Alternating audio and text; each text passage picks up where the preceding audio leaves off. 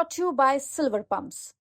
Top quality और consistent performance के लिए सिर्फ सिल्वर पंप्स नाम याद रखना। नमस्कार, आप देख रहे हैं बिहार तक और आपके साथ मैं हूं ऋचा शर्मा। रमजान के दौरान बिहार में राजनीतिक दलों द्वारा दावत इफ्तार आयोजित करने की परंपरा इस साल भी अनवरत जारी रही।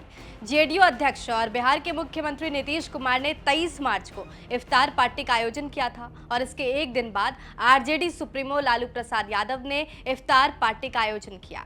लालू की इफ्तार पार्टी में मुस्लिम संगठनों, वामपंथी दलों के नेताओं और कांग्रेस के कुछ विधायकों ने हिस्सा लिया। हालांकि कांग्रेस के वरिष्ठ नेता और विकासशील इंसान पार्टी यानी वीआईपी प्रमुख मुकेश सहनी ने इस आयोजन से दूरी बना ली। लालू प्रसाद यादव परंपरागत रूप से अपने सरकारी आवास यानी कि 10 सर्कुलर रोड पर इफ्तार पार्टी का आयोजन करते रहे हैं, लेकिन इस साल ये आयोजन आरजेडी के वरिष्ठ नेता और विधान परिषद सदस्य अब्दुल बारी सिद्दीकी के 12 स्ट्रैंड रोड स्थित आवास पर हुआ था। इसमें लालू प्रसाद यादव, उनकी पत्नी राबड़ी देवी, नेता प्रतिपक्ष तेजस्वी प्रसाद यादव, अब्दुल बारी सिद्दीकी, शिवानंद तिवारी और आरजेडी के कई विधायक मौजूद थे। महागठबंधन में शामिल वामपंथी दलों के नेता भी मौजूद थे। कांग्रेस विधायक प्रतिमा दास तो मौजूद रही ही, लेकिन बिहार प्रभारी कृष्णा अल्लावरू समेत वरिष्ठ कांग्रेस नेता मौजूद नहीं रहे। इसके बाद सवाल ये उठ रहे हैं कि क्या बिहार में राष्ट्रीय जनता दल और कांग्रेस पार्टी के बीच सब कुछ ठीक नहीं चल रहा है। राजनीतिक विश्लेषकों का मानना है कि बिहार में महागठबंधन की राजनीति जो है वो लंबे समय से लालू प्रसाद यादव के इर्द गिर्द घूमती रही है।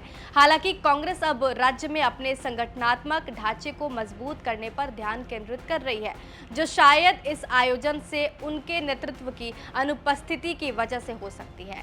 बिहार कांग्रेस का प्रभार संभालने के बाद से ही कृष्णा अल्लावरू ने अभी तक लालू प्रसाद यादव से मुलाकात तक नहीं की।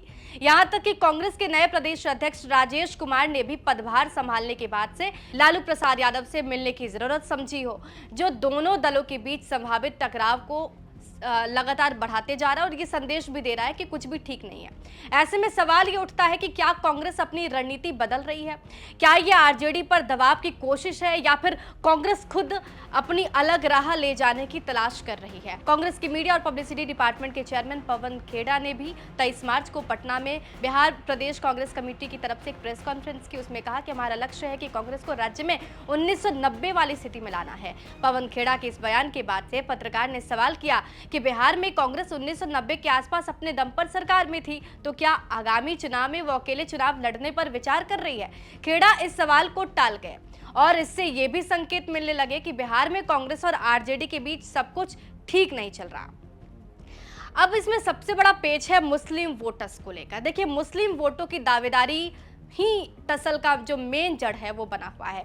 बिहार में सियासी दलों द्वारा इफ्तार पार्टियों का आयोजन लंबे समय से एक राजनीतिक रणनीति रही। राज्य में मुसलमान आरजेडी का मुख्य वोट बैंक है। यही वजह है कि लालू प्रसाद यादव ऐसे आयोजनों का कोई भी मौका, कोई भी कोर कसर नहीं छोड़ते हैं। मुसलमान और यादव वोट बैंक, जिसे शॉर्ट में एमवाई समीकरण कहते हैं, इसी के बल पर आरजेडी बिहार में एक बड़ी राजनीतिक ताकत बनी हुई है। कांग्रेस को पता है कि अगर उसे बिहार की राजनीति में खुद को फिर से स्थापित करना है तो उसे एक सॉलिड वोट क्रिएट करना होगा। अब इसलिए कांग्रेस दलित और मुसलमानों को अपने पाले में करना चाहती है। कांग्रेस अगर आरजेडी की पिछलग्गू बनी रहती है तो वो बिहार में अपना खोया जनाधार कभी वापस नहीं पा सकेगी। इसलिए शायद वो अपनी रणनीति बदल रही है। बिहार में 17% मुस्लिम मतदाता है। ऐसे में माना जा रहा है कि मुस्लिम समुदाय सामूहिक रूप से वोट देता है। इतने बड़े वोट बैंक को कांग्रेस यूं ही आरजेडी के पाले में तो नहीं जाने देगी। वैसे भी राष्ट्रीय स्तर पर कांग्रेस को बड़ी मात्रा में मुस्लिम वोट मिलते हैं। अब बिहार की 32 सीटें ऐसी हैं जिन पर 30% से ज़्यादा मुस्लिम मतदाता हैं। इनमें से ज़्यादातर सीटें नेपाल और बंगाल की सीमा से सटे यानी कि उत्तर पूर्वी बिहार की है। कांग्रेस बिहार में 70 से कम सीटों पर चुनाव लड़ने के लिए राजी नहीं है।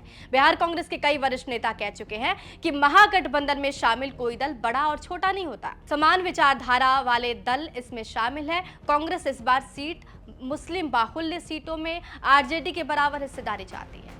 यानी कांग्रेस की तरफ से ये क्लियर कट जवाब दे दिया गया है कि 70 से कम बर्दाश्त नहीं है। कांग्रेस ने यह साफ कह दिया है कि महागठबंधन के घटक दलों के बीच सीट शेयरिंग में पार्टी इस बार जीत की अधिक संभावना वाली सीटें हासिल करने की कोशिश करेगी। हालांकि अभी तक महागठबंधन में शामिल दलों के बीच सीटों का बंटवारा नहीं हुआ है। और इस पर चर्चा भी नहीं हुई है। लेकिन इतना साफ है कि कांग्रेस इस बार ज्यादा से ज्यादा सीटें जीतने पर फोकस करेगी।